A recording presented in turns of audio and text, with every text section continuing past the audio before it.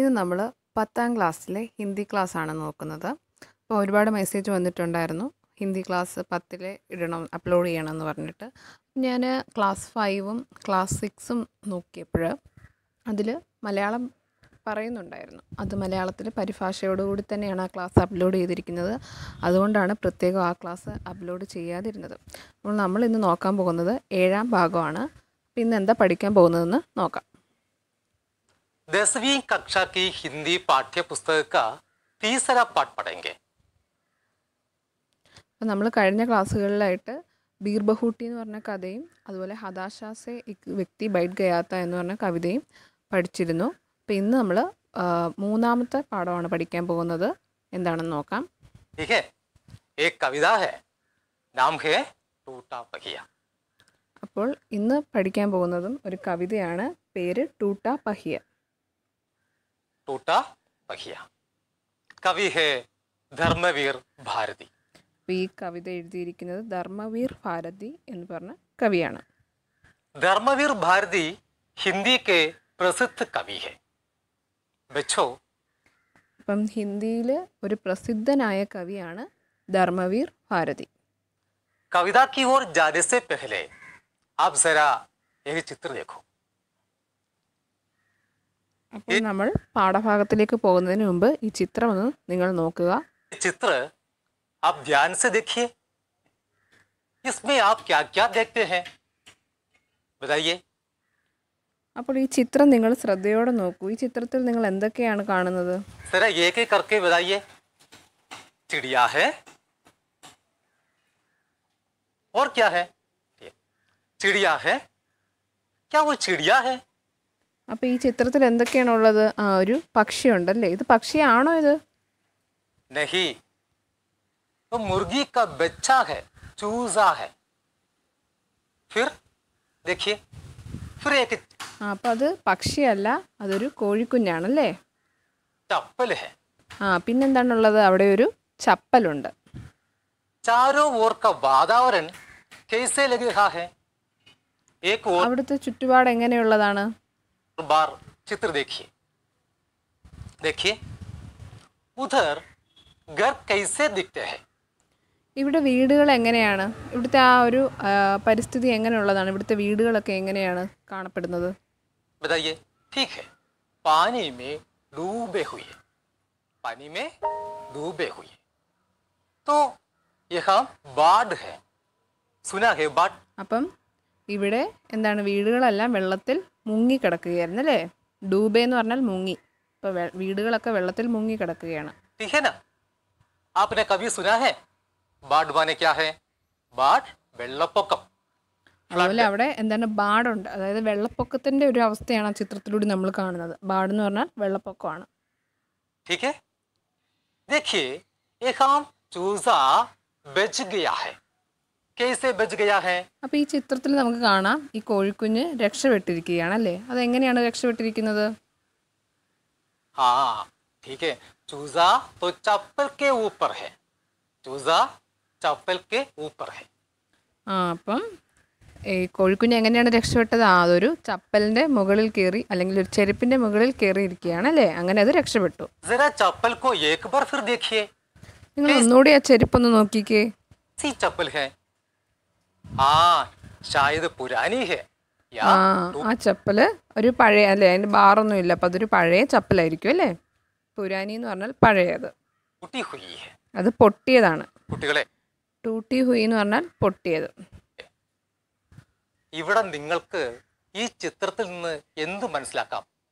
ആലോചിച്ച് പറയാമോ? ഇവിടെ കോഴിക്കുഞ്ഞിന് നീന്താൻ അറിയില്ല, പക്ഷേ അത് വെള്ളപ്പൊക്കത്തിൽ രക്ഷപ്പെടുന്നില്ലേ? എങ്ങനെ? അതിന് ഒരു പഴയ, അല്ലെങ്കിൽ പൊട്ടിയ, അല്ലെങ്കിൽ ആരെങ്കിലും ഉപേക്ഷിച്ച ഒരു ചെരുപ്പിന്റെ സഹായം കിട്ടി. ഇതുപോലെ എത്രയെങ്കിലും ഉദാഹരണങ്ങൾ നമുക്ക് പറയുവാനുണ്ടാകും. ആ ഉദാഹരണങ്ങളാൽ വീണ്ടും ഈ ചിത്രത്തിലെ സന്ദർഭം നോക്കിയാലോ? സഹായം ആവശ്യമായവർ എന്നും സഹായമായി വന്നതെന്നും രണ്ടായി തിരിക്കുവാനാകില്ലേ? അപ്പോൾ കോഴിക്കുഞ്ഞും ഈ പഴയ, പൊട്ടിയ, ഉപേക്ഷിക്കപ്പെട്ട ചെരുപ്പും ചില പ്രതീകങ്ങളല്ലേ? ചിലപ്പോൾ നമ്മളും ഈ കോഴിക്കുഞ്ഞിനെ പോലെ സങ്കടാവസ്ഥയിൽ ആപത്ത് ചെന്ന് പെടാറില്ലേ? അന്നേരം പ്രതീക്ഷിക്കാത്ത ഒരു സഹായം നമുക്ക് കിട്ടുകയില്ലേ? ആ സഹായം നമുക്ക് നൽകുന്ന ആൾ ഒരു പക്ഷേ സമൂഹത്തിൽ നിസ്സാരെന്ന് കരുതുന്ന ആളായിരിക്കും, അല്ലെങ്കിൽ നിസ്സാരമായ ഒരു വസ്തുവായിരിക്കും നമുക്ക് തുണയാവുക. കുട്ടികളെ, നിങ്ങൾക്കും ഇത്തരം കഥകൾ പറയാനുണ്ടാവില്ലേ? അത് നിങ്ങളുടെ കൂട്ടുകാരോട് പങ്കുവയ്ക്കാൻ മറക്കരുത്. ബച്ചോ, अब जरा कविता की ओर जाइए. कविता का नाम है, जैसे हमने पहले कहा था, कविता का नाम है टूटा पहिया. നമുക്ക് ഇനി കവിതയിലേക്ക് പോകാം. അപ്പോൾ കവിതയുടെ പേരെന്തായിരുന്നു? നേരത്തെ തന്നെ പറഞ്ഞിരുന്നു, ടൂട്ടാ പഹിയ. ടൂട്ടാ പഹിയ എന്ന് പറഞ്ഞാൽ തകർന്ന ചക്രം. देखिए, यही टूटा पहिया है. टूटा पहिया माने टूटा चक्र. यहाँ किसी रथ का टूटा हुआ चक्र. यहाँ അപ്പോൾ ടൂട്ടാ പഹിയ എന്ന് പറഞ്ഞ അർത്ഥം എന്താണ്? തകർന്ന ചക്രം. क्या आपका कोई पौराणिक कथा याद आ रही है? देखिए, നിങ്ങൾക്ക് ഈ പേര് കേട്ടപ്പോഴേതെങ്കിലും പുരാതന കഥ ഓർമ്മ വരുന്നുണ്ടോ? നമുക്ക് നോക്കാം. ये टूटा पहिया देखकर आपको कोई पौराणिक कथा की याद आ रही है? मैं एक संकेत दूं. ये कथा अभिमन्यु से संबंधित है. അപ്പം अभिमन्यु സാർ പറയുന്നുണ്ട്, നിങ്ങൾക്കിപ്പോൾ ഇത് ഏതെങ്കിലും പുരാതന കഥയുമായി ബന്ധം തോന്നുന്നുണ്ടോ? അപ്പോൾ ഒരു ക്ലൂ തന്നിട്ടുണ്ട്. ഇത് അഭിമന്യുമായിട്ട് സംബന്ധിച്ചിട്ടുള്ള ഒരു കഥയാണ്. का नाम कहीं सुना है आपने? അഭിമന്യു എന്ന് നിങ്ങൾ നേരത്തെ കേട്ടിട്ടില്ലേ? बताओ. ठीक है, हाँ, महाभारत कथा में. ठीक है, ആ, മഹാഭാരത കഥയിൽ നമ്മൾ അഭിമന്യുവിനെ പറ്റി കേട്ടിട്ടുണ്ടല്ലേ? महाभारत कथा में ये अभिमन्यु कौन था? अर्जुन का पुत्र था. അപ്പം മഹാഭാരത കഥയിൽ അഭിമന്യു ആരായിരുന്നു? ആ, അർജുനൻ അല്ലേ? അർജുനൻ്റെ പുത്രനായിരുന്നു അല്ലേ? अच्छा, अर्जुन और श्री कृष्ण की बहन सुभद्रा का पुत्र. അർജുനൻ്റെയും അതുപോലെ ശ്രീകൃഷ്ണൻ്റെ സഹോദരിയായ സുഭദ്രയുടെയും പുത്രനായിരുന്നു അഭിമന്യു. ना, महाभारत युद्ध किनके बीच में हुआ था? बताइए. അപ്പോൾ നിങ്ങളോടൊരു ചോദ്യം, മഹാഭാരത യുദ്ധം ആരുടെയൊക്കെ ഇടയിൽ നടന്നതാണ്? നിങ്ങളൊന്ന് പറയൂ. पांडवों और कौरवों के बीच. ആ, പാണ്ഡവരുടെയും കൗരവരുടെയും ഇടയ്ക്ക് നടന്ന യുദ്ധമാണല്ലേ മഹാഭാരത യുദ്ധം. वास्तव में ये न्याय और अन्याय के बीच का युद्ध था. യഥാർത്ഥത്തിൽ ഇത് ന്യായത്തിൻ്റെയും അന്യായത്തിൻ്റെയും ഇടയ്ക്കുള്ള യുദ്ധമായിരുന്നു. ये न्याय और अन्याय के बीच का युद्ध था. आप जानते हैं, कौरव पक्ष में अनेक महारथी थे, जैसे भीष्म, द्रोणाचार्य, कृपाचार्य, कर्ण, अश्वत्थामा, जयद्रथ जैसे कई वीर थे. അപ്പം കൗരവരുടെ ഒപ്പം അശ്വത്ഥാമ, കർണൻ, അങ്ങനെ കുറേ വീരന്മാരുണ്ടായിരുന്നു. കുട്ടികളെ, ഈ മഹാന്മാരെ പലർക്കും തങ്ങളുടെ വശം അന്യായമാണെന്ന് നല്ലതുപോലെ അറിയാമായിരുന്നു. എങ്കിലും അവർ അന്യായത്തിന്റെ പക്ഷം ചേർന്നു. महाभारत युद्ध के बीच कौरवों ने चक्रव्यूह रचा था. बच्चों, ये चक्रव्यूह क्या है? അപ്പോൾ മഹാഭാരത യുദ്ധം നടക്കുന്ന സമയത്ത് കൗരവർ ചക്രവ്യൂഹം കൊണ്ടുവന്നത്. അപ്പോൾ ചക്രവ്യൂഹം എന്ന് പറഞ്ഞാൽ എന്താണ്? जरा चक्रव्यूह का चित्र देखिए. ചക്രവ്യൂഹത്തിൻ്റെ ചിത്രം നോക്കൂ. സൈനികർ, ആനകൾ, കുതിരകൾ, രഥം തുടങ്ങിയവയെ ഒരു പ്രത്യേക രീതിയിൽ ക്രമീകരിക്കുന്നതാണ് ചക്രവ്യൂഹം. ഇതൊരു യുദ്ധതന്ത്രമാണ്. ചക്രവ്യൂഹം തകർക്കുക, ചക്രവ്യൂഹത്തിനുള്ളിൽ പ്രവേശിക്കുക, പുറത്തു വരിക, ഇതെല്ലാം യുദ്ധതന്ത്രം തന്നെയാണ്. ഇതിൽ അഭിമന്യുവിന് ചക്രവ്യൂഹം തകർത്ത് ഉള്ളിൽ പ്രവേശിക്കുവാൻ കഴിയുമായിരുന്നു. എന്നാൽ അതിനുള്ളിൽ നിന്ന് സുരക്ഷിതനായി പുറത്തു വരിക എന്നത് വശമില്ലായിരുന്നു. ചക്രവ്യൂഹത്തിനുള്ളിൽ കടന്ന അഭിമന്യുവിനെ കൗരവസേനയിലെ മഹാവീരന്മാർ ദിവ്യാസ്ത്രങ്ങൾ ഉപയോഗിച്ച് ആക്രമിക്കുന്നു. അവസാനം തൻ്റെ ആയുധങ്ങളും രഥവും ഒക്കെ നഷ്ടപ്പെട്ട അഭിമന്യു രഥത്തിൻ്റെ പൊട്ടിയ ചക്രം കയ്യിലെടുത്ത് യുദ്ധം ചെയ്യുന്നു. ഈ സന്ദർഭത്തെ പ്രതീകാത്മകമായി കവി ഇവിടെ അവതരിപ്പിക്കുന്നു. സര ബതായിയെ, चक्रव्यूह की रचना किसने की? कौरवों ने. चक्रव्यूह के अंदर घुसकर युद्ध करने वाला वीर कौन था? അപ്പോൾ ആദ്യത്തെ ക്വസ്റ്റ്യൻ ആയിരുന്നു ചക്രവ്യൂഹം ആരായിരുന്നു നിർമ്മിച്ചത്? കൗരവരല്ലേ. ചക്രവ്യൂഹത്തിനുള്ളിലേക്ക് പോയി യുദ്ധം ചെയ്തത് ആരായിരുന്നു? ആ ധീരൻ ആരായിരുന്നു? बताइए, चक्रव्यूह के अंदर घुसकर युद्ध करने वाला वीर, ठीक है, अभिमन्यु. അഭിമന്യു ആയിരുന്നു അല്ലേ. ചക്രവ്യൂഹത്തിനുള്ളിലേക്ക് കടന്നു പോകാൻ അഭിമന്യുവിന് സാധിക്കുമെന്ന് പറഞ്ഞിരുന്നു. അപ്പോൾ അഭിമന്യുവാണ് ചക്രവ്യൂഹത്തിനുള്ളിലേക്ക് ചെന്ന് യുദ്ധം ചെയ്തത്. ആ ധീരനായ മനുഷ്യൻ അഭിമന്യു ആയിരുന്നു. देखिए, अभिमन्यु, क्या अभिमन्यु चक्रव्यूह के अंदर से बाहर आने का युद्ध तंत्र जानता था? അപ്പോൾ അഭിമന്യുവിന് ചക്രവ്യൂഹത്തിനുള്ളിൽ നിന്ന് പുറത്തേക്ക് വരാനുള്ള തന്ത്രം അറിയാമായിരുന്നോ? എന്തായിരുന്നു നേരത്തെ പറഞ്ഞത്? नहीं, ഇല്ല അല്ലേ. वो नहीं जानता था. അറിയില്ലായിരുന്നു. चक्रव्यूह के अंदर अभिमन्यु अकेला था. या അപ്പോൾ ആ ചക്രവ്യൂഹം ഭേദിച്ച് അതിനുള്ളിലേക്ക് കടക്കാൻ മാത്രമേ അഭിമന്യുവിന് അറിയുകയുള്ളായിരുന്നു. അതിൽ നിന്ന് എങ്ങനെ പുറത്ത് കടക്കണമെന്നുള്ള തന്ത്രം അഭിമന്യുവിന് അറിയില്ലായിരുന്നു. അദ്ദേഹം അവിടെ ഒറ്റയ്ക്കായിരുന്നു അതിനുള്ളിൽ. की सहायता के लिए कोई वीर योद्धा वहां नहीं थे. അപ്പോൾ അഭിമന്യുവിനെ സഹായിക്കാനായിട്ട് അവിടെ ഒരു വീരനായിട്ടുള്ള ഒരു യോദ്ധാവും അദ്ദേഹത്തിനൊപ്പം ഉണ്ടായിരുന്നില്ല. चक्रव्यूह के अंदर अभिमन्यु अकेला था. ചക്രവ്യൂഹത്തിനുള്ളിൽ അഭിമന്യു അകേലാത്ത ഒറ്റയ്ക്കായിരുന്നല്ലേ. उसके सारे शस्त्र नष्ट हो गए. അപ്പോൾ അദ്ദേഹത്തിൻ്റെ പക്കലുണ്ടായിരുന്ന എല്ലാ ആയുധങ്ങളും നഷ്ടമായിക്കൊണ്ടിരുന്നു. टूट गया. അതെല്ലാം പൊട്ടിപ്പോയിരുന്നു. അദ്ദേഹത്തിൻ്റെ രഥം പൊട്ടിപ്പോയിരുന്നു. രഥ് എന്ന് പറഞ്ഞ രഥം പൊട്ടിപ്പോയിരുന്നു. वो अकेला पड़ गया. അങ്ങനെ അഭിമന്യു ഒറ്റയ്ക്കായി. बच्चों, चारों ओर के कौरव पक्ष के महारथों ने क्या किया? അപ്പം बताइए. നാല് ചുറ്റും, അതായത് അഭിമന്യു അവിടെ ഒറ്റയ്ക്ക് നിൽക്കുമ്പോൾ അദ്ദേഹത്തിൻ്റെ ചുറ്റുമുള്ള കൗരവരെന്താണ് ചെയ്തത്? നിങ്ങളൊന്ന് പറയൂ. निरायुध बालक अभिमन्यु पर आक्रमण करने लगे.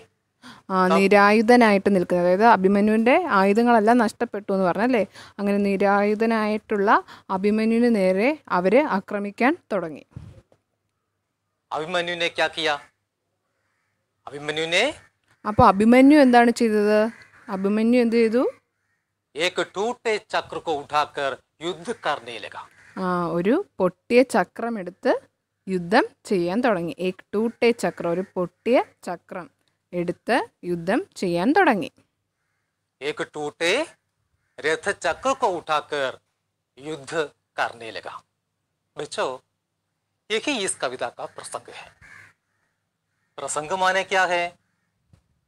बताइए. हाँ, ठीक है, प्रसंग का अर्थ है संदर्भम. അപ്പോൾ ഈ കവിതയുടെ സന്ദർഭം ഇതാണ്. ചക്രവ്യൂഹത്തിനുള്ളിൽ പെട്ടുപോകുന്ന അഭിമന്യു സ്വയം രക്ഷയ്ക്കായി ഒരു പൊട്ടിയ ചക്രം എടുത്ത് യുദ്ധം ചെയ്യുന്നു. അതാണ് ഈ കവിതയുടെ പ്രസംഗ്. പ്രസംഗ് എന്ന് പറഞ്ഞാൽ അർത്ഥം സന്ദർഭം. टेक्स्ट. प्रसंग माने संदर्भ. तो इस कविता का प्रसंग जरा देखिए. महाभारत युद्ध में कौरवों ने चक्रव्यूह को रचा था. അപ്പം നമുക്ക് ഈ കവിതയുടെ സന്ദർഭം ഒന്ന് നോക്കാം. और अभिमन्यु चक्रव्यूह के अंदर घुस गया. लेकिन അപ്പം മഹാഭാരത യുദ്ധമേ കൗരവോം ने ചക്രവ്യൂഹ का रचा था. അപ്പം മഹാഭാരത യുദ്ധ സമയത്ത് കൗരവർ ചക്രവ്യൂഹം കൊണ്ടുവന്നു. അതായത് അതൊരു യുദ്ധരീതിയാണെന്ന് ആദ്യം തന്നെ പറയുന്നുണ്ട്. അപ്പോൾ അഭിമന്യു എന്ത് ചെയ്തു? അഭിമന്യുവിന് ഈ ചക്രവ്യൂഹം ഭേദിക്കാനാകുമായിരുന്നു. അദ്ദേഹം അതിനുള്ളിലേക്ക് കടന്നു ചെന്നു. ലേക്കിൻ ബാഹർ നികൽന നാ ജാൻതാത്ത, പക്ഷെ പുറത്തേക്ക് ഇറങ്ങാൻ അദ്ദേഹത്തിന് അറിയുകയില്ലായിരുന്നു. बाहर निकलना न जानता था. कौरव पक्ष के अनेक महायोद्धाओं ने अभिमन्यु पर घोर आक्रमण किया. അപ്പം കൗരവ പക്ഷത്തിലുള്ള ഒരുപാട് യോദ്ധാക്കന്മാർ അഭിമന്യുവിന് നേരെ, അതായത് നിരായുധനായി നിൽക്കുന്ന അഭിമന്യുവിന് നേരെ ആക്രമണം ചെറുത്തുവിട്ടു, അല്ലെങ്കിൽ തൊടുത്തുവിട്ടു. അതായത് അസ്ത്രങ്ങൾ ഇടാൻ തുടങ്ങി അദ്ദേഹത്തിന് നേരെ.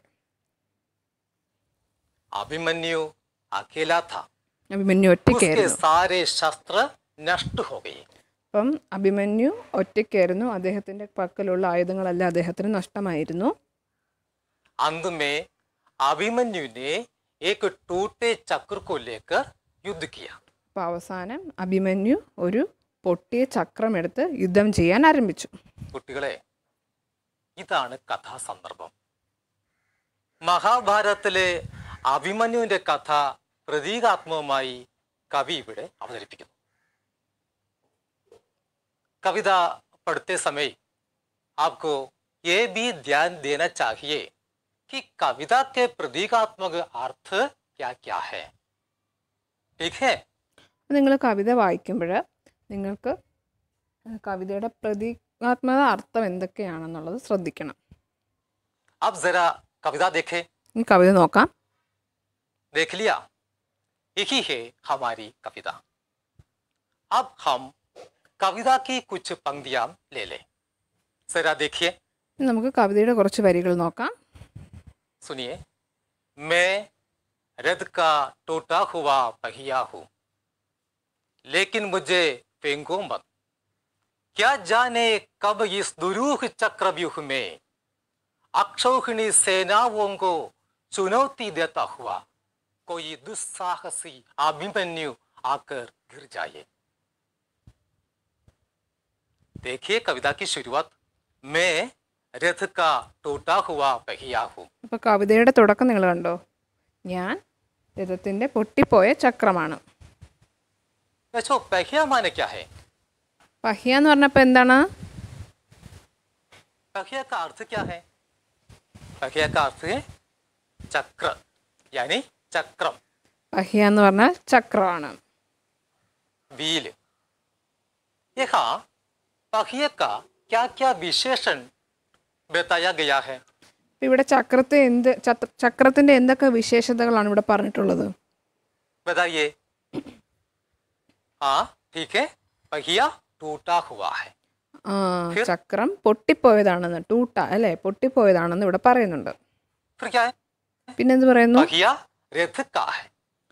പഹ്യ, ആ ചക്രം രഥത്തിന്റെ ചക്രമാണെന്നും പറയുന്നുണ്ട്. विशेषण ही है. ഇത് രണ്ടും ആ ചക്രത്തിന്റെ വിശേഷണതകളാണ്.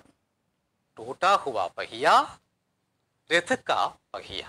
അപ്പോൾ ടൂട്ട ഹുവ അതായത് പൊട്ടിപ്പോയ ചക്രം, അതുപോലെ രഥത്തിന്റെ ചക്രം, ഇത് രണ്ടും പഹ്യയെ ഇവിടെ വിശേഷിപ്പിക്കുന്നതാണ്. रथ का टूटा हुआ पहिया. समझ गए? ठीक है. तो कविता में मैं के रूप में कौन आता है? मैं. കവിതയിൽ മേം എന്ന രൂപത്തിൽ ആരാണ് വരുന്നത്? ഞാൻ എന്ന രൂപത്തിൽ. रथ का टूटा हुआ पहिया. मैं रथ का टूटा हुआ पहिया. ഞാൻ രഥത്തിന്റെ പൊട്ടിപ്പോയ ചക്രം. അപ്പോൾ ഇവിടെ മേം എന്ന് പറഞ്ഞു വരുന്നത് ആരാണ്? ചക്രമാണല്ലേ. पहिया अपने आप को क्या बता रहा है? അപ്പം പഹ്യ എന്താണെന്നാണ്, താൻ എന്താണെന്നാണ് പഹ്യ പറയുന്നത്? मैं रथ का टूटा हुआ पहिया हूँ. ഞാൻ രഥത്തിന്റെ പൊട്ടിപ്പോയ ചക്രമാണെന്നാണ് പഹ്യ, അതായത് ചക്രം പറയുന്നത്. समझ गए? നിങ്ങൾക്ക് മനസ്സിലായോ? रथ का टूटा हुआ पहिया हूँ. आगे पहिया क्या बिंदी करता है? आप बताइए, क्या बिंदी करता है? हाँ, लेकिन मुझे भेंगो मत. ठीक है. അപ്പം മുൻപോട്ട് പോകുമ്പോൾ പഹ്യ എന്താണ് പറയുന്നത്? ലേക്കിൻ മുച്ചേ ഫേങ്കോ മത്, പക്ഷേ എന്നെ, ഞാൻ പൊട്ടിപ്പോയ ചക്രമാണ്, പക്ഷേ എന്നെ ഉപേക്ഷിക്കരുതേ. लेकिन मुझे फेंको मत. फेंकना का अर्थ क्या है? सर पाठ्य ഫേങ്കിന എന്ന് പറഞ്ഞാൽ എന്താണ് അർത്ഥം? पुस्तक का शब्दकोश देखिए. അപ്പം നിങ്ങൾ പാഠപുസ്തകത്തിലെ ശബ്ദകോശത്തിൽ ഒന്ന് നോക്കൂ. ഫേങ്കിന എന്ന് പറഞ്ഞാൽ അർത്ഥം എന്താണ്? शब्दकोश में दिया है. जरा पाठ्य पुस्तक का शब्दकोश देखिए. फेंकना माने एरियुगा, टुत्रो. ठीक है बच्चों, तो इस पहिया हमसे क्या विनती करता है, क्या प्रार्थना करता है? हाँ, उसे टूटा हुआ समझकर कहीं मत फेंको. समझिए, उसे टूटा हुआ समझकर कहीं मत फेंको. അപ്പം എന്തപേക്ഷയാണ് ആ പൊട്ടിപ്പോയ ചക്രം പറയുന്നത്? ഞാൻ പൊട്ടിപ്പോയതാണെന്ന് വിചാരിച്ച് എന്നെ ഉപേക്ഷിക്കരുത്, അല്ലെങ്കിൽ എറിഞ്ഞു കളയരുത്, എങ്ങും എറിഞ്ഞു കളയരുതേ. उसकी उपेक्षा न करो. अरे ये टूटा हुआ है कहकर उसे कहीं छोड़ो मत। कारण क्या है? टूटा हुआ पहिया एक बार अभिमन्यु का काम आया था। ठीक है, ഈ പൊട്ടിപ്പോയ ചക്രം ഒരിക്കൽ അഭിമന്യുവിനെ സഹായിച്ചിരുന്നു. ये टूटा हुआ पहिया एक बार अभिमन्यु का काम आया था। इसी तरह टूटे पहिए से अभिमन्यु ने अंतिम युद्ध किया था। ഇതുപോലെ ഇങ്ങനെ ഒരു പൊട്ടിപ്പോയ ചക്രം വെച്ചിട്ടാണ് അഭിമന്യു ഒരു യുദ്ധത്തിൽ അന്തിമ നിമിഷത്തിൽ യുദ്ധം ചെയ്തത്. जब वह दुरूह चक्रव्यूह में पड़ा था। അത് വളരെ ദുരൂഹമായ ചക്രവ്യൂഹത്തിൽ പെട്ടുപോയപ്പോൾ അഭിമന്യു ഇതുപോലെ ഒരു പൊട്ടിയ ചക്രം വെച്ചിട്ടാണ് യുദ്ധം ചെയ്തത്. ठीक है, दुरूह का मतलब क्या है? समझने में कठिन। दुरूह का मतलब है ദുരൂഹിന്റെ അർത്ഥം എന്താണ്? മനസ്സിലാക്കാൻ ബുദ്ധിമുട്ടുള്ളത്. സമച്ഛനേമേ കടി. समझने में कठिन, മനസ്സിലാക്കാൻ പ്രയാസമുള്ള. ठीक है, चक्रव्यूह का मतलब क्या है? हमने पहले बता दिया था ना. അപ്പോൾ ചക്രവ്യൂഹത്തിന്റെ അർത്ഥം എന്താണ്? ഇത് നമ്മൾ നേരത്തെ പറഞ്ഞിരുന്നു. देखिए, चक्रव्यूह में पैदल सैनिकों, रथों, हाथियों और घोड़ों का विन्यास एक निश्चित क्रम से होता है. അപ്പോൾ ചക്രവ്യൂഹത്തിൽ ആനകളും കുതിരകളും അതുപോലെ ഭടന്മാരും എല്ലാവരും ഒരു പ്രത്യേക രീതിയിൽ അറേഞ്ച് ചെയ്ത് വെക്കും. चक्रव्यूह में पैदल सैनिकों, रथों, हाथियों और घोड़ों का विन्यास एक निश्चित क्रम से होता है. तो अभिमन्यु ने क्या किया था? दुरूह चक्रव्यूह में पड़कर अक्षौहिणी सेनाओं को चुनौती दी थी. അപ്പോൾ അഭിമന്യു, അതായത് ഇപ്പോൾ എന്താണ് ചക്രവ്യൂഹം എന്ന് മനസ്സിലായല്ലോ. അതായത് സൈനികരെയും രഥങ്ങളും അതുപോലെ ആനകളും കുതിരകളെയും എല്ലാം ഒരു പ്രത്യേക രീതിയിൽ വിന്യസിച്ച് നിർത്തും. അപ്പോൾ അഭിമന്യു എന്ത് ചെയ്തു? ചക്രവ്യൂഹത്തും ഭേദിച്ച് കടന്നു അല്ലേ, ചക്രവ്യൂഹത്തിനുള്ളിലേക്ക് കടന്നു ചെന്നു.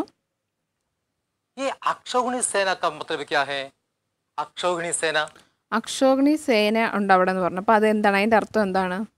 देखिए पाठ्यपुस्तक का शब्दकोश. ശബ്ദകോശത്തിൽ നോക്കൂ. अक्षौहिणी सेना संपूर्ण चतुरंगिणी सेना. इसमें पैदल सैनिक, घोड़े, रथ तथा हाथी रहते हैं. അപ്പോൾ ഇതൊരു സമ്പൂർണ്ണ ചതുരംഗിണി സേനയാണ്. ഇതിൽ സൈനികരും കുതിരകളും ഇത്ര കുതിരകളും രഥങ്ങളും ആനകളും ഒക്കെ ഉണ്ടായിരിക്കും.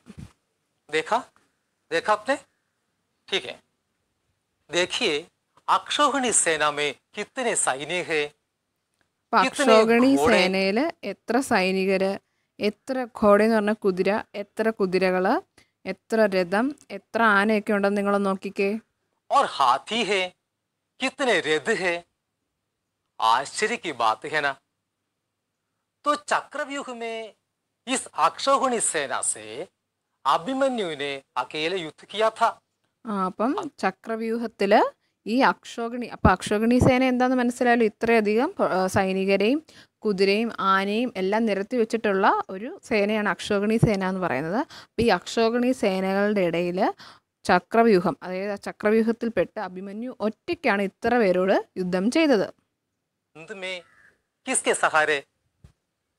सहारे अभिमन्यु ने युद्ध किया था? അപ്പോൾ അവസാനമായപ്പോൾ ആരുടെ സഹായത്തോടെയാണ് അഭിമന്യു യുദ്ധം ചെയ്തത്? हाँ, वही है टूटे पहिए के सहारे. അത് ആ തകർന്ന അല്ലെങ്കിൽ പൊട്ടിപ്പോയ ചക്രത്തെ ഉപയോഗിച്ചാണ് അഭിമന്യു അവസാനം യുദ്ധം ചെയ്തത്. ठीक है, മനസ്സിലായോ? पहिए के सहारे.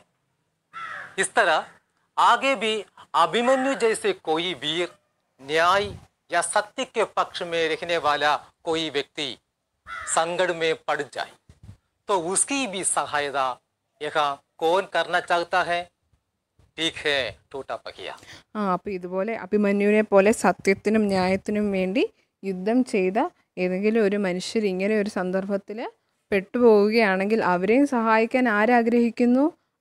ടൂട്ടാ പഹിയ, ഈ പൊട്ടിപ്പോയ ചക്രം. देखिए वो पंक्तियां. വരികൾ നോക്കാം. क्या जाने कब इस दुरूह चक्रव्यूह में अक्षौहिणी सेनाओं को चुनौती देता हुआ कोई दुस्साहसी अभिमन्यु आकर घिर जाए. एक बार और देखिए, क्या जाने कब इस दुरूह चक्रव्यूह में अक्षौहिणी सेनाओं को चुनौती देता हुआ कोई दुस्साहसी अभिमन्यु आकर गिर जाए। बच्चों, चुनौती देना माने क्या है? बताइए। ഇപ്പോൾ ചുനോത്തി ദേന എന്ന് പറഞ്ഞത് എന്താണ് അർത്ഥം? നിങ്ങൾക്ക് പറയാൻ പറ്റുമോ? ये चुनौती देना വെല്ലുവിളിക്കുക, ടു ചാലഞ്ച്. ഇപ്പോൾ ചുനോത്തി ദേന എന്ന് പറഞ്ഞാൽ വെല്ലുവിളിക്കുക എന്നുള്ള അർത്ഥമാണുള്ളത്. ठीक है, यहाँ अक्षौहिणी सेनाओं को चुनौती देने वाला कौन है? അപ്പോൾ ഇവിടെ അക്ഷോഗണി സേന, നമ്മൾ പറഞ്ഞു എന്താണ് അക്ഷോഗണി സേന എന്ന്. അക്ഷോഗണി സേനയെ ഇവിടെ വെല്ലുവിളിച്ചത് ആരായിരുന്നു? बताइए, अक्षौहिणी सेनाओं को चुनौती देने वाला, हाँ ठीक है, अभिमन्यु. അഭിമന്യു അല്ലേ? അഭിമന്യു ആണ് അക്ഷോഗണി സേനയെ വെല്ലുവിളിച്ചത്. अभिमन्यु. यहाँ अभिमन्यु के लिए एक विशेषण का शब्द का प्रयोग किया गया है. ഇപ്പം ഇവിടെ അഭിമന്യുവിനെ വിശേഷിപ്പിക്കാനായിട്ടൊരു വാക്ക് ഉപയോഗിച്ചിട്ടുണ്ട്. एक विशेषण शब्द का प्रयोग, जरा बताइए. അതേതാണ് ആ വാക്ക്? ആ വിശേഷണ ശബ്ദം ഏതായിരുന്നു അഭിമന്യുവിനെ വിശേഷിപ്പിക്കാനായി ഉപയോഗിച്ചത്? दुस्साहसी. ठीक है, दुस्साहसी अभिमन्यु में विशेषण शब्द कौन सा है? दुस्साहसी. അപ്പോൾ ദുസ്സാഹസി എന്നുള്ള വാക്കാണ് അഭിമന്യുവിനെ വിശേഷിപ്പിക്കാനായിട്ട് ഉപയോഗിച്ചിരിക്കുന്നത്. അപ്പോൾ ദുസ്സാഹസി അഭിമന്യു എന്ന് പറയുമ്പോൾ അവിടെ വിശേഷണ ശബ്ദം ഏതാണ്? ദുസ്സാഹസി. दुस्साहसी अभिमन्यु में विशेषण शब्द कौन सा है? दुस्साहसी. ദുസ്സാഹസി എന്ന് പറഞ്ഞാൽ സാഹസികനായ അഭിമന്യു. അപ്പോൾ അവിടെ വിശേഷിപ്പിക്കുന്ന വാക്ക് ദുസ്സാഹസി, അതായത് സാഹസികൻ. बच्चों, यहाँ अभिमन्यु को दुस्साहसी क्यों कहा गया है? അപ്പോൾ ഇവിടെ അഭിമന്യു ദുസ്സാഹസിയാണെന്ന് പറഞ്ഞിരിക്കുന്നത് എന്തുകൊണ്ടാണ്? जरा बताइए. നിങ്ങളൊന്ന് പറഞ്ഞു നോക്കൂ. क्योंकि उसने बड़ा साहस दिखाया. കാരണം उसने അഭിമന്യു വലിയൊരു സാഹസികതയാണ് അവിടെ ചെയ്തത് അല്ലേ? ഒറ്റയ്ക്ക്, അതായത് ഇത്രയും സൈനികരും ആനയും രഥവും എല്ലാം ഉള്ള ഇടത്തേക്ക് ഒറ്റയ്ക്ക് പോകുക എന്നുള്ളതൊരു സാഹസികതയാണല്ലേ? അപ്പോൾ ആ ഒരു സാഹസികത കാഴ്ചവെച്ചതുകൊണ്ടാണ് അഭിമന്യുവിനെ ദുസ്സാഹസി എന്നിവിടെ വിശേഷിപ്പിച്ചിരിക്കുന്നത്. बड़ा साहस दिखाया. अभिमन्यु ने दुस्साहस दिखाया था. ऐसा साहस जो सभी नहीं करते हैं, या नहीं ആരും ചെയ്യാത്ത ഒരു സാഹസികതയാണ് ഇവിടെ അഭിമന്യു കാഴ്ചവെച്ചത്. कर पाते हैं. बच्चों, अभिमन्यु ने ऐसा दुस्साहस क्यों दिखाया? അപ്പോൾ എന്തുകൊണ്ടാണ് അഭിമന്യു ഇങ്ങനെ ഒരു സാഹസികത കാണിച്ചത്? ऐसा दुस्साहस अभिमन्यु ने क्यों दिखाया? എന്തുകൊണ്ടാണ്? न्याय के समर्थन के लिए. ന്യായത്തിൻ്റെ പക്ഷം, അദ്ദേഹം ന്യായത്തിൻ്റെ വിജയത്തിന് വേണ്ടിയിട്ടാണ് ഇങ്ങനെയൊരു സാഹസികത കാണിച്ചത്. इसलिए न्याय के समर्थन के लिए. हाँ, अभिमन्यु ने अन्याय के विरुद्ध ऐसा दुस्साहस किया. അന്യായത്തിനോട് അദ്ദേഹത്തിന് വിരോധമായിരുന്നു അല്ലേ? അതുകൊണ്ടാണ് അദ്ദേഹം ഇങ്ങനെയൊരു സാഹസികത ചെയ്തത്. दुस्साहस दिखाते वक्त अभिमन्यु के लिए एकमात्र सहारा क्या था? अच्छा, അപ്പോൾ ഈ സാഹസികത ചെയ്യുന്ന സമയത്ത് അഭിമന്യുവിന് അവസാന ഘട്ടത്തിൽ ആ ഏക അല്ലെങ്കിൽ ഏക സഹായം എന്തായിരുന്നു? केवल एक टूटा पहिया. വെറും ഒരു പൊട്ടിയ ചക്രമായിരുന്നു അല്ലേ? केवल एक टूटा पहिया. देखिए बच्चों, यही बात टूटा पहिया भी बता रहा है. जरा അപ്പോൾ കുട്ടികളെ ഈ കാര്യം തന്നെയാണ് ഈ പൊട്ടിപ്പോയ ചക്രവും ഇവിടെ പറയുന്നത്. एक बार फिर देखिए. നമുക്കൊന്നുകൂടി നോക്കാം. क्या जाने कब इस दुरूह चक्रव्यूह में अक्षौहिणी सेनाओं को चुनौती देता हुआ कोई दुस्साहसी अभिमन्यु आकर गिर जाए. കുട്ടികളെ, ഇവിടെ പൊട്ടിയ വണ്ടിച്ചക്രം നമ്മോട് എന്താണ് പറയുവാൻ ആഗ്രഹിക്കുന്നത്? ഒരിക്കൽ അതിസാഹസം കാട്ടിയ അഭിമന്യുവിന്റെ കഥ അതിനറിയാം. അന്ന് ന്യായത്തിന്റെ പക്ഷത്ത് നിൽക്കുവാൻ, അന്യായത്തിനെതിരെ പോരാടുവാൻ അവസാനം തുണയായത് ഈ പൊട്ടിയ വണ്ടിച്ചക്രം മാത്രമാണെന്ന് അതിനറിയാം. കാലം ഇനിയും മുന്നോട്ട് പോകും.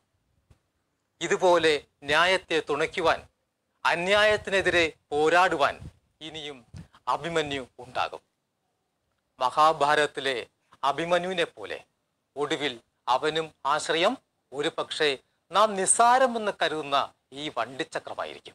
तो बच्चों यहाँ टूटा पहिया हमसे क्या आग्रह करता है बताइए. അപ്പം ടൂട്ടാ പഹ്യ ഇവിടെ എന്താണ് നമ്മളോട് പറയുന്നത്? ടൂട്ടാ പഹ്യയുടെ ആഗ്രഹം എന്താണ്? ये टूटा पहिया हमसे क्या प्रार्थना करता है? जरा एक बार फिर देखिए. मैं रथ का टूटा हुआ पहिया അപ്പോൾ നമുക്ക് ഒന്നുകൂടി നോക്കാം എന്താണ് ഇവിടെ അപേക്ഷിക്കുന്നത് ടൂട്ടാ പഹ്യ എന്നുള്ളത്. लेकिन मुझे फेंको मत. ഞാൻ രഥത്തിൻ്റെ ചക്രമാണ്, പൊട്ടിയ ചക്രമാണ്, പക്ഷേ എന്നെ വലിച്ചെറിയരുതേ. स्पष्ट है ना? മനസ്സിലായോ? यद्यपि वो रथ का टूटा हुआ पहिया है पर उसे फेंको मत, उसे छोड़ो मत. ഉപേക്ഷിക്കരുത്, അതായത് രഥത്തിൻ്റെ പൊട്ടിയ ചക്രമാണ് എങ്കിലും എന്നെ ഉപേക്ഷിക്കരുതേ, അല്ലെങ്കിൽ എറിഞ്ഞു കളയരുതേ. क्यों? എന്തുകൊണ്ടാ? क्योंकि एक दिन वो न्याय के पक्ष में खड़े रहने वाले को आश्रय या सहारा बन जाएगा. കാരണം ഒരു ദിവസം ന്യായത്തിൻ്റെ പക്ഷത്തോട് നിൽക്കുന്ന മനുഷ്യന് ഒരു ദിവസം സഹായകമായി മാറും എന്നാണ് പറയുന്നത്. समझ गए? एक दिन वो न्याय के पक्ष में खड़े रहने वाले को आश्रय या सहारा बन जाएगा. ठीक है ना? तो बच्चों देखा था ना, एक कविता प्रतीकात्मक है. ये कविता प्रतीकात्मक है. ഈ കവിത പ്രതീകാത്മകമാണ്. ये कविता प्रतीकात्मक है. टूटा पहिया, अभिमन्यु, चक्रव्यूह, ये सब एक प्रतीक ही है. കുട്ടികളെ, അപ്പോൾ ഇവിടെ ഈ പൊട്ടിയ ചക്രം, അഭിമന്യു, ഇവയെല്ലാം ചക്രവ്യൂഹം ഇവയെല്ലാം ഓരോ പ്രതീകങ്ങളാണ്. സമൂഹത്തിൽ ന്യായവും അന്യായവും തമ്മിലുള്ള സംഘർഷം നിരന്തരം നടക്കുന്നുണ്ട്. ഇനിയും സമൂഹത്തിൽ ചക്രവ്യൂഹങ്ങൾ രചിക്കപ്പെടും. അഭിമന്യുമാരും ജനിക്കും. ന്യായപക്ഷത്തെ വിജയിപ്പിക്കുവാൻ അവസാന തുണയായി പൊട്ടിയ വണ്ടിച്ചക്രങ്ങളും ഉണ്ടാകും. അപ്പോൾ കുട്ടികളെ, ഇനി നിങ്ങൾക്ക് ഈ കവിതയുടെ പ്രതീകാത്മക അർത്ഥം കണ്ടെത്താൻ കഴിയില്ലേ? നിങ്ങളുടെ കൂട്ടുകാരും അധ്യാപകരുമായും നിങ്ങളുടെ ആശയങ്ങൾ പങ്കുവയ്ക്കാനും മറക്കരുത്. तो बच्चों मैं आपसे एक प्रश्न पूछूं. आज के അപ്പം ഇന്നത്തെ സമൂഹത്തിലെ ഈ ഒരു അവസ്ഥയെ വെച്ചിട്ട് ഈ കവിതയുടെ അർത്ഥം നിങ്ങൾ കണ്ടെത്തണം. അപ്പം ഇന്നൊരു ക്വസ്റ്റ്യൻ ഉണ്ട്. सामाजिक परिवेश में अभिमन्यु और टूटा पहिया किन किन के प्रतीक हो सकते हैं? प्रश्न. അപ്പം ഇന്നത്തെ സമൂഹത്തിൽ അഭിമന്യുവും ഈ പൊട്ടിയ ചക്രവും എന്തിൻ്റെയൊക്കെ പ്രതീകമാണ്? एक बार फिर दोहराओ. आज के सामाजिक परिवेश में अच्छा കുട്ടികളെ, ഈ കാര്യങ്ങൾ മനസ്സിലാക്കി നിങ്ങൾക്ക് നമ്മൾ ഇതുവരെ പഠിച്ച ഈ വരികളുടെ അർത്ഥം എഴുതാൻ കഴിയുമോ? എഴുതി നിങ്ങളുടെ ടീച്ചറെ കാണിക്കാൻ മറക്കരുത്. സംശയങ്ങൾ ചോദിക്കണേ. ധന്യവാദ്. അപ്പം ഫ്രണ്ട്സ്, നിങ്ങൾക്ക് ഇന്നത്തെ ക്ലാസ് യൂസ്ഫുൾ ആയിട്ടുണ്ടെങ്കിൽ നിങ്ങളുടെ മറ്റു ഫ്രണ്ട്സിനും ഷെയർ ചെയ്യുക. അതുപോലെ ഈ ചാനലിൽ ആദ്യമായിട്ടാണ് വന്നിട്ടുള്ളതെങ്കിൽ ഒന്ന് സബ്സ്ക്രൈബ് കൂടി ചെയ്യുക. Thank you.